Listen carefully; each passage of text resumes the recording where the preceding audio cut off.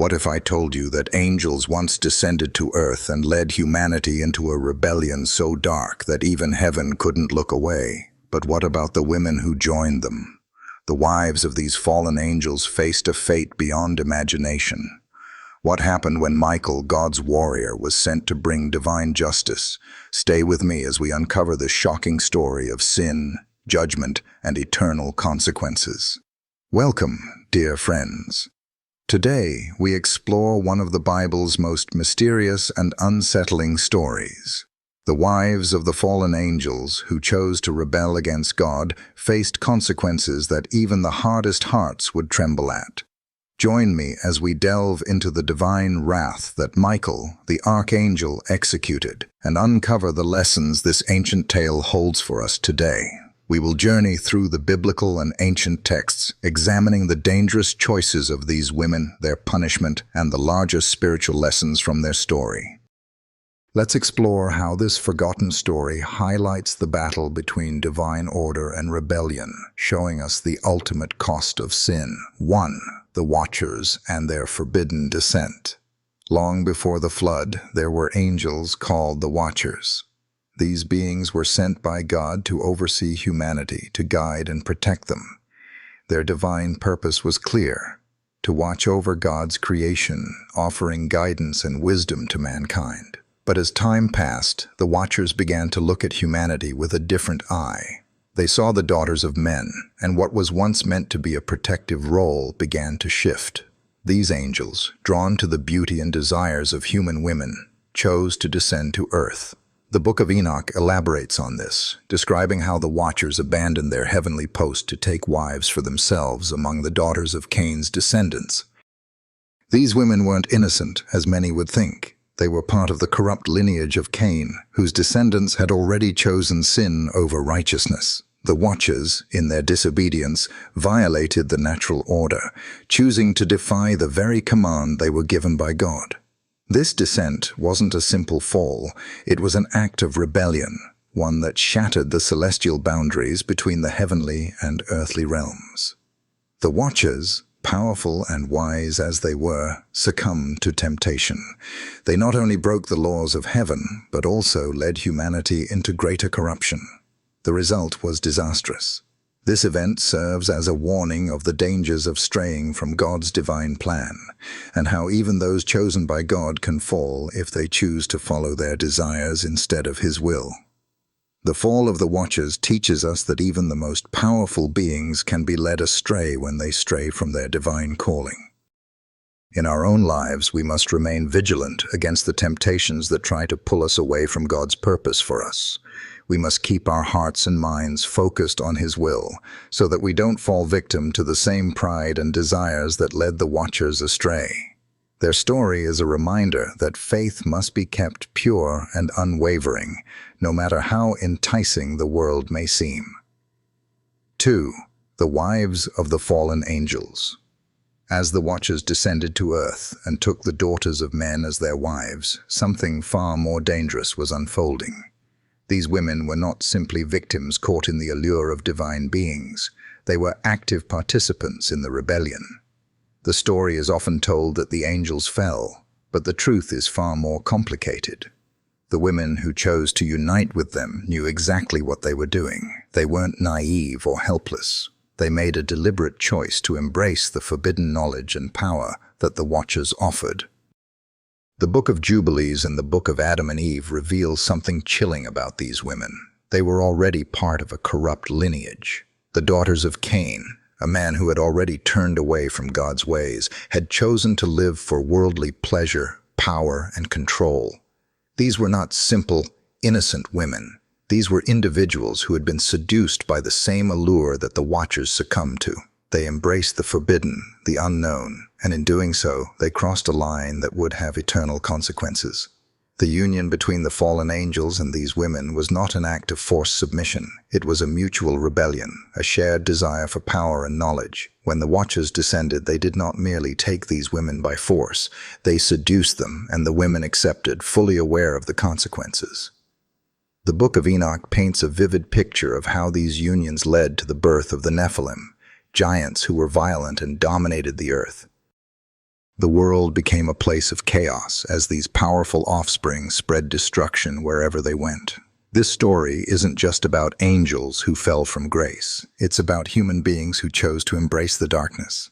These women, once chosen for their beauty, willingly gave themselves to beings from another realm. They gave up their connection to God's order for something far more tempting: power, knowledge, and union with the supernatural. The spiritual significance here is clear. The rebellion of the Watchers would have been powerless without the willing participation of these women. Their choice to unite with the Watchers was a reflection of their own spiritual decay. It wasn't a tragic mistake. It was a deliberate act of defiance against God. They chose what was forbidden, and in doing so they sealed their own fate. The lesson for us today is one of vigilance and discernment. These women were not tricked. They knowingly chose to reject God's design in favor of something that seemed more powerful. In our own lives, we face the same temptations. The world often presents us with things that seem desirable, things that promise power, wealth, or knowledge. But just as these women found, these temptations are not without consequence. We must be careful about the choices we make, for some decisions, once made, can never be undone. 3. The birth of the Nephilim and their impact on the earth. When the Watchers and their wives united, the world was forever changed. Their forbidden union bore children, giants known as the Nephilim. These children were not like ordinary humans. They were monstrous hybrids, born from the union of heavenly beings and earthly women. The Book of Enoch describes these giants as creatures of terrifying strength and power, who roamed the earth and brought havoc wherever they went. At first, it may have seemed as though the Nephilim were simply another part of God's creation, but this couldn't have been further from the truth. These beings were the result of an unnatural union, a distortion of God's design. The Nephilim were not only physically imposing but morally corrupted. They were violent and cruel, ruling over humanity with an iron fist. The earth became a place of constant turmoil, where might ruled over right and the powerful crushed the weak. The consequences of these unions were far-reaching. The Nephilim, with their immense strength, began to consume everything in their path. The land, once rich and fertile, was stripped bare by their insatiable hunger. The human population was decimated as the giants turned on them, devouring both the people and their resources. As the giants grew in power, they taught humans the arts of war, sorcery, and violence, spreading corruption wherever they went. The world became a place where sin and chaos reigned, and the purity of God's creation was tarnished. The Nephilim were not just physical giants. They symbolized the unchecked growth of corruption. The union between the Watchers and their wives introduced something into the world that was never meant to exist: hybrids that defied the natural order and spread destruction. This was not just about the violence they caused. It was about the spiritual corruption they embodied. They were living proof of what happens when divine boundaries are crossed, when heavenly purity mixes with earthly sin. But this wasn't just a cosmic disaster. It was a spiritual one. The Nephilim's influence went beyond their violent actions. They represented the perversion of God's creation, the twisting of human nature into something dark and unrecognizable. As they grew in power, they led humanity further away from the truth, spreading teachings and practices that corrupted the hearts of men and women. The giants didn't just destroy bodies, they destroyed souls. They taught men the ways of sorcery, bloodshed, and violence, things that God had never intended for his creation. The arrival of the Nephilim was a cosmic crime, a disruption of the natural order. It was a world-changing event, one that would require divine intervention to correct. The earth had become a breeding ground for sin, and the corruption that began with the Watchers and their wives had spread to the very heart of humanity. In their wake, they left a world that was in desperate need of redemption. For us today, the story of the Nephilim serves as a stark warning about the consequences of sin unchecked. The Nephilim were a product of rebellion against God's order, and their existence showed what happens when we choose power and knowledge over righteousness. It reminds us that unchecked temptation, when left to grow and spread, can bring destruction not only to individuals, but to entire nations. The Nephilim didn't just leave physical scars, they left a spiritual wound that affected the whole of humanity. And in the end, their presence was a clear sign that the world was in desperate need of God's judgment and restoration. 4. Michael's mission to bring judgment. As the Nephilim's reign of terror grew, the cries of the earth reached the heavens. The world, once vibrant and full of potential, had descended into chaos, and the corruption that followed the Watchers' rebellion had spread far and wide. Heaven could no longer remain passive. A divine decree was given, and the Archangel Michael, the warrior of God's armies, was called into action. Michael was no stranger to battle. As the chief angel of heaven, he was not only a protector of the faithful, but also the enforcer of divine justice. When God decided that the earth could no longer bear the weight of the rebellion unleashed by the Watchers and their wives, it was Michael who would bring judgment to their doorsteps. But Michael's mission was not just about punishing the fallen angels. The rebellion wasn't complete without the wives of the Watchers, who had chosen to rebel alongside their celestial partners. They too were complicit in the corruption of the earth, and they too would face divine justice. This was a moment of reckoning, where mercy would no longer be extended. Michael had a clear command: bind the Watchers, punish the wives, and cleanse the earth of this defilement. The Archangel's role in this was more than just to carry out a decree. It was to restore the divine order, to reassert God's authority over a world that had been violently shaken. Michael's mission was not one of vengeance, but of necessity. The rebellion that had torn apart the fabric of creation had to be undone, and only through judgment could the world be saved from further corruption.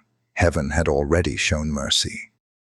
Time and time again, God had allowed the rebellion to unfold, offering chances for repentance. But when those who had chosen sin refused to turn back, the time for mercy came to an end. Heaven's patience had run its course, and now it was time for Michael to wield his sword and bring about the judgment that would set things right.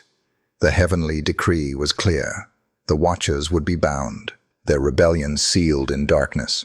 The wives, the co-conspirators in this cosmic crime, would not be spared from the consequences of their choice. Michael's role as heaven's enforcer is often misunderstood. His wrath was not born from anger or hatred, but from a deep and abiding commitment to justice. His mission was to restore the balance that had been broken when divine beings chose to abandon their post and embrace rebellion. The divine justice Michael was tasked with was not out of personal desire to punish, but out of a necessity to preserve the sanctity of God's creation.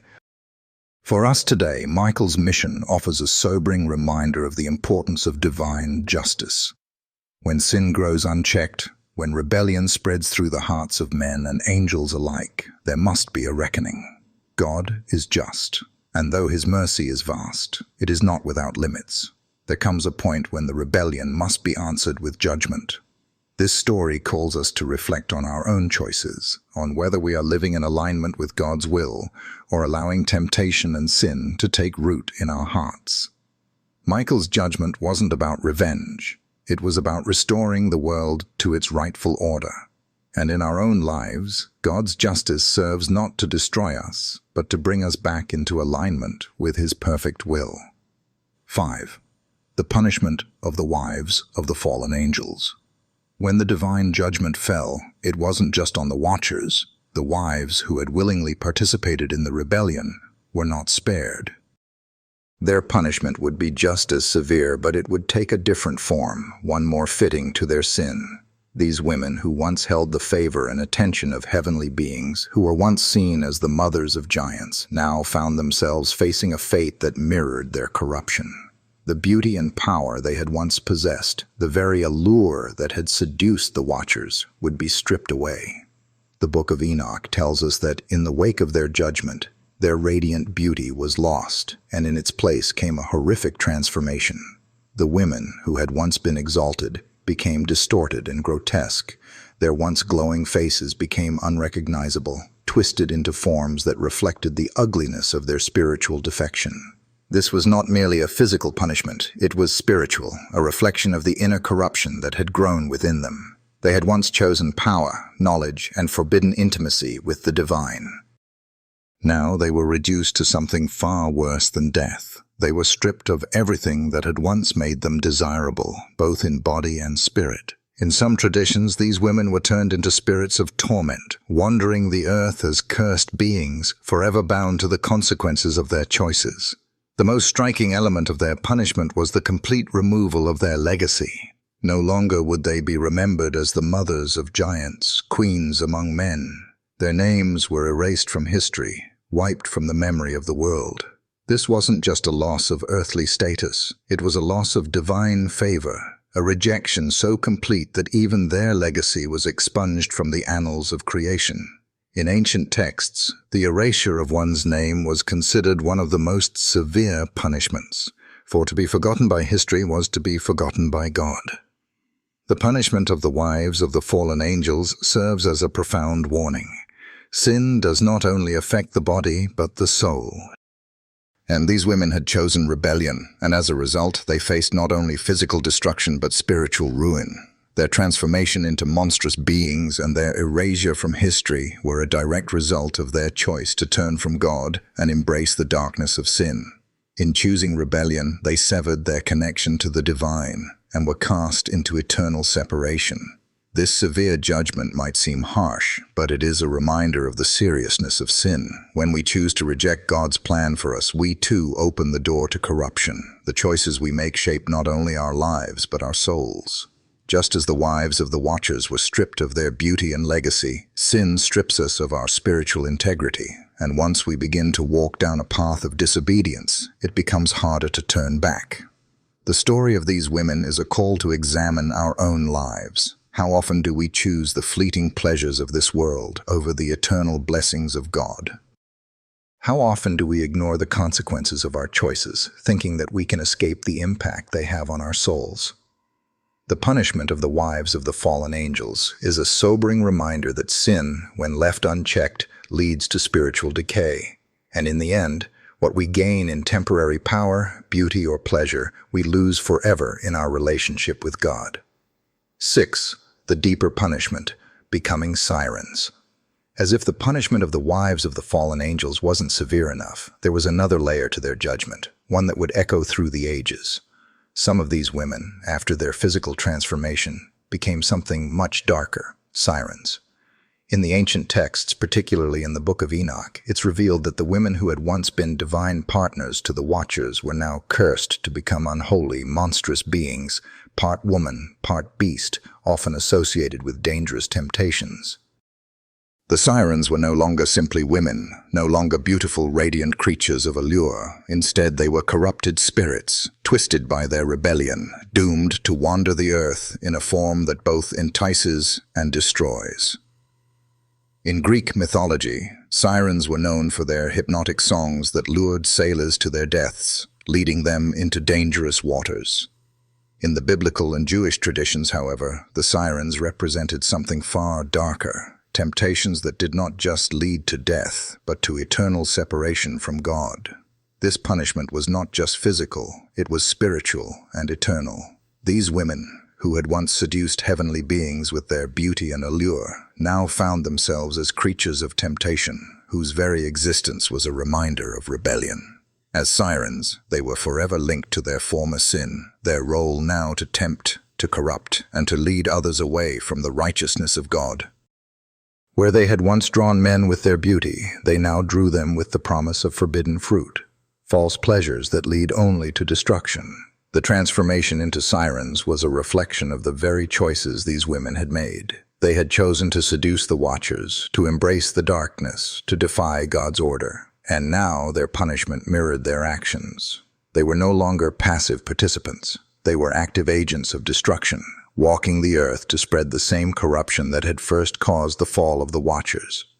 Their punishment was not just about their own spiritual decay. It was about the way their rebellion would continue to affect humanity for eternity. This is an important spiritual lesson.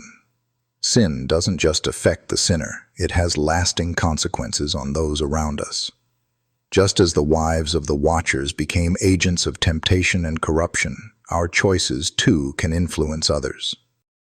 Sin spreads, and what we choose in the darkness can leave lasting marks on the lives of others, pulling them into destruction. The sirens' eternal punishment was a reflection of this. What they had done to humanity was now done to them. They had led others into sin, and now they would forever be a part of that same sinful path. The siren's role in the world is a vivid reminder that sin doesn't just disappear when we ignore it. It leaves a lasting imprint, not only on the individual, but also on the community. What these women did, they did together, with the Watchers, with the Nephilim, and with each other. But now, their role in this cosmic rebellion would be eternal. For us, the lesson is clear. We must be careful what we allow into our lives, as it doesn't just affect us, but can also harm those around us. We must be cautious about the temptations we entertain, for when we give in, we not only harm ourselves, but we can also lead others down a path of destruction. The story of the wives of the fallen angels and their transformation into sirens calls us to be vigilant. Temptation is everywhere, and it doesn't always look dangerous at first. But as the sirens show us, what starts as a simple choice can become something far more insidious, something that leads not just to our own downfall, but to the downfall of others. Just as the sirens were cursed to forever lure others to destruction, we too must guard our hearts so that we don't become agents of temptation and sin. 7. The eternal silence and erasure of their legacy. The wives of the fallen angels had once been exalted, their names whispered in awe by the giants they bore and the men who followed them. They were queens in a corrupted empire, wielding power and beauty that seduced both divine beings and human rulers. But when the divine judgment came down, their fate was sealed, and what awaited them was far worse than mere destruction. It was an utter erasure from existence. God's judgment wasn't just about punishing them in the moment. It was a judgment that stretched across eternity. The most chilling aspect of their punishment was not just their physical transformation or their new role as sirens, but the complete obliteration of their legacy. In ancient Jewish and Christian traditions, there is a deep understanding of the importance of a name. To have your name erased from history was to be severed from God's favor and from the memory of man. It was to be utterly forgotten, as if you had never existed at all. The Book of Enoch hints at this fate, describing how the wives of the fallen angels were not only bound and transformed, but their names were erased from the annals of history. There would be no memorial for them, no songs sung in their honor, no legacies passed down through the generations. To be erased from memory is to be cast into a spiritual void, forever cut off from God's creation and from the record of humanity. This is one of the deepest forms of divine rejection. The Lord didn't just strike them down or banish them from His presence. He wiped them from the very memory of existence. They became lost to time, no longer part of God's plan or humanity's story. The erasure of their names symbolizes the ultimate separation from God's grace. They had chosen rebellion, and now their existence would be remembered no more. This eternal silence speaks volumes about the severity of their sin. These women, who had once stood at the height of beauty and power, now found themselves utterly forgotten, their legacy erased as if they had never been. They had made a choice to reject God's order and embrace a path of sin, and now their names would be lost forever. They would never be remembered as mothers of giants or queens of the earth. Instead, they would be forgotten, erased from both heaven and earth.